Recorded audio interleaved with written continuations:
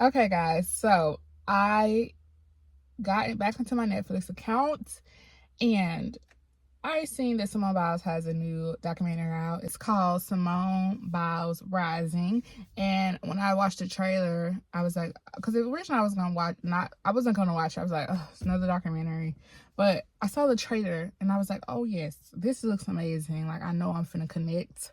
And so I was trying to put it off, like I'll watch it later. But no, I couldn't, and I watched it last night. And Netflix did say that there are more episodes coming in the fall. So I Googled it, and this little website had the little chart was like, this was part 1 and part 2 would be in the fall. So I'm assuming it should be 2 more episodes coming, or 1 or whatever. But yeah, and I can't wait till it concludes, because it's obviously documenting her journey back into the Olympics, because she pulled out in Tokyo. And by the way, 4 years has gone by so fast. But yeah. So, okay. We're gonna jump into the sexual assault portion, because she did briefly talk about it a little bit episode 1, a bit more in episode 2, and I pre-recorded my thoughts there. So I'm going to speak on it briefly. My heart goes out to anybody who has been sexually abused in general.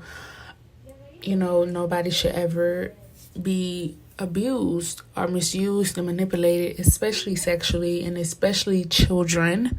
It's very disturbing. But one thing that I learned and got from her, from sharing her story, is that you can never be too comfortable with anyone, because this establishment was around for, decades, years, and nobody spoke up. Nobody did anything. They just allowed him to continue to operate on these young little girls, young women. And it's so sad because, first of all, parents were not allowed. They had to leave their children. And, as a parent, I'm not a parent, but I'm just in the mind frame of a parent. It's like it's easier to let go and be comfortable because, one, you know that you don't want to stop. You don't want to be in the way of your child's dream. And two, it's like it's other children there. So the likelihood of something happening is, it goes like it's like very slim. But this happened to a lot of young little girls and young women who went through this program. And it was a group of them. And this was supposed to be a well-trusted establishment. Also, it's the only way that you're able to be on the Olympic team. And it's so disgusting that this is what happens in most places, is that they allow, first of all, they come around and then they establish a sense of safety just to manipulate the children as well as their parents. Because in reality, yes, it's going to get them to where they need to go, but there's other things that has to happen before they get there. And it's so sad that people will take advantage of you as a person and use you and don't care, because you have to remember, people only get away with what other people allow. And so it's so unfortunate that those victims were those children and those young women, and they didn't have anyone to protect them and to save them from it. And it had to go on so long before somebody put a stop to it.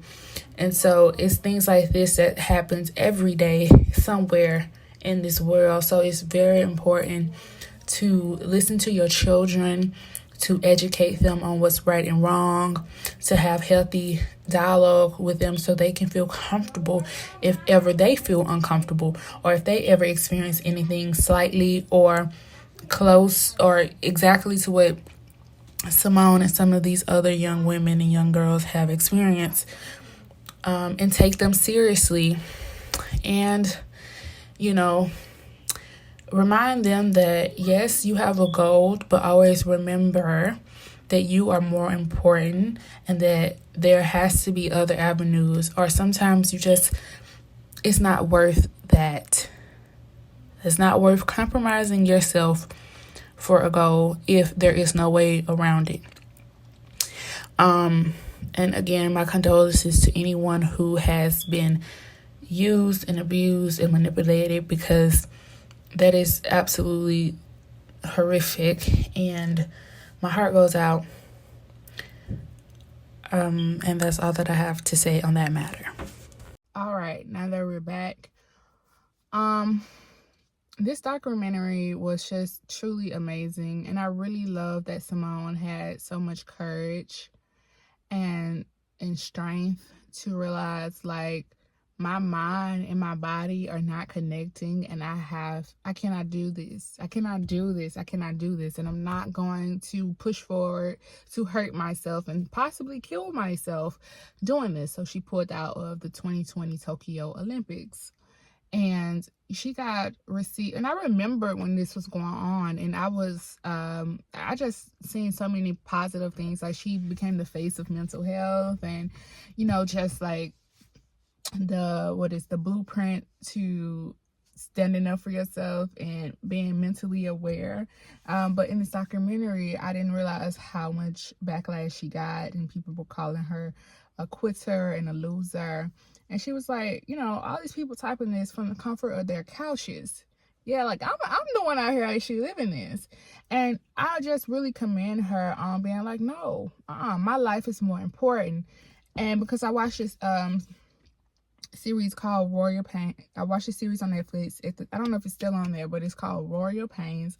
And Hank was the doctor treating all these patients. And I saw a few episodes quite often. So many patients he had to rescue time and time again, because these people talking about they got a deadline. This their only source of income. Like, work need me. And they were literally killing themselves. And Hank had to save some of them 2 and 3 times before they was like, you know what, let me take my health serious. I never understood why people work themselves to death for a job or for anything. Because if you are dead, then how are you going to pay a bill? How are you going to do anything you want to do? You dead. So was it worth it?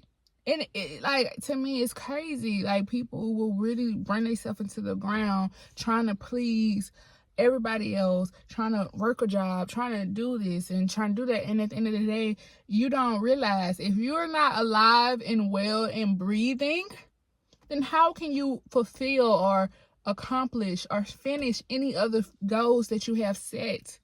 You're not, because you're dead. So I really commend Simone on realizing that she wasn't in the headspace, and realizing that she needed a moment, and she couldn't perform, and she pulled herself out instead of hurting herself and possibly messing herself up for life. So for that, I condone that. Like, I'm proud of that. Like, you don't understand how much pressure it is when you feel like all the weight is on your shoulders, and you feel like if you say no, or if you be like, I need a break, or I need a moment, or I just need time, like, the stress that comes with that, your own stuff that you have mentally, and then you have the stress of like, all these people depending on me, and how they're gonna think, how they're gonna feel. But at the end of the day, I'm really happy that she chose her and her life over all of that. And I hope I'm making sense. But yeah. So another thing, I didn't realize that, first of all, her husband and her are beautiful. Their home is beautiful. But she has this bedroom, I guess it's like a guest room, and she has all her stuff from Tokyo, but it's like in this closet. And she was just like, at the time of filming, she was 26. And so she just turned 27 in March. So she's 27 now, but at the time of filming, she was 26. And it was just like crazy to see, like, she had all this memorabilia, and how she was even tearing up when talking about it, and how it's just stuffed in the closet. It ain't even like on display or whatever, because, I don't think she's 100% over it. I think, once she goes on to this Paris Olympics and she hopefully dominates in the way she wants to, and she does well, I feel like she'll be able to be like, yeah, this is I can truly move past it because I've actually faced my fears and I did it, you know. But for now, like, she was still even very emotional about like the whole thing. And yeah, I just saw like, wow, you would think this would be on display and stuff like that, but no, it's just stuffed in the closet. And I was just like, wow. But also, like, she's not fully over it yet. So yeah, that was mainly like the first episode. And the second episode is about her comeback. And something that I loved was that she made it a point, like, she couldn't have done it without her teammates. And her teammates were like 15. They're teenagers. Simone was 26, like in her late 20s, you know. And these are not beginners, but these are teenagers. They're like 15, 16, 17, 18, 19, you know, but like a lot of them were real young. And she just said she couldn't have done it without their inspiration, without their encouraging words. And I just thought that was so beautiful because people don't understand. You can get inspiration, you can get wisdom from babies of 0 months, just how cheerful they are and how happy they are with just a little, into people who are well in their hundreds of years of age. You know what I mean? You can get advice from an 8-year-old, from a 12-year-old, from a 20-year-old, a 30-year-old. Like, you can get advice from anybody, and it doesn't matter the age. You can be inspired and encouraged again. And I just thought that was so beautiful. And how, you know, she really couldn't do it alone, because she said, like, I really was gonna quit, like I was gonna give up. But had it not been for them and their support and their encouraging words, and you know, if it hadn't been for them, I would have quit. But because they were there and they gave me that encouragement and that and those nice, beautiful words, I kept going and I kept showing up. And now I'm back, you know. And I just thought that was so beautiful, because people will try to come on and be like, yeah, I did it all on my own and nobody helped me. You know, doggone well, you had this person, this person, this person, this person. You know what I'm saying? So the documentary was truly beautiful, and I can't wait to see the final episode or final 2 episodes of the documentary. It's very inspiring, and it just shows you that at the end of the day, people are human beings. That's it. Yes, they got probably more money and fame and this and that, but at the end of the day, they're still human beings that have to make choices and still get nervous and still get afraid and still sometimes feel defeated or not good enough. You know, we're all human. We all go through it, you know? So relax. You know?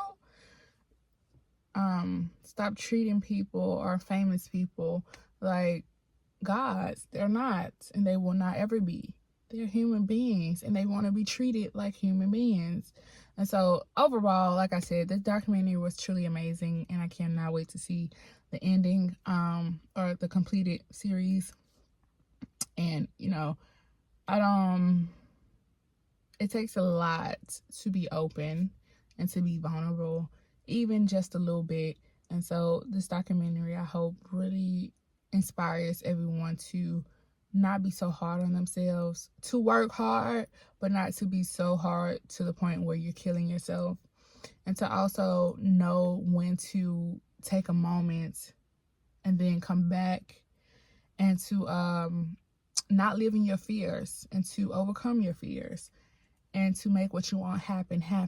But just know that sometimes it might not happen in the time frame that you want. So you might have a few setbacks, but it's not gonna kill your dream. It's just gonna prolong it just a little bit longer. But if you keep at it and keep going, it will all work out, and you can finally see the finish line. So currently, Simone is on the team for the Paris Olympic gymnastics team, or the American Gymnastics Olympic team. Simone is on there, the Olympics I thought the Olympics had passed, but the Olympics is July the 27th, if I'm not mistaken.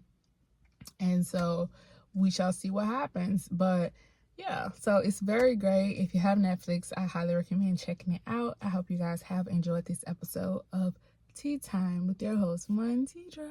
Mwah.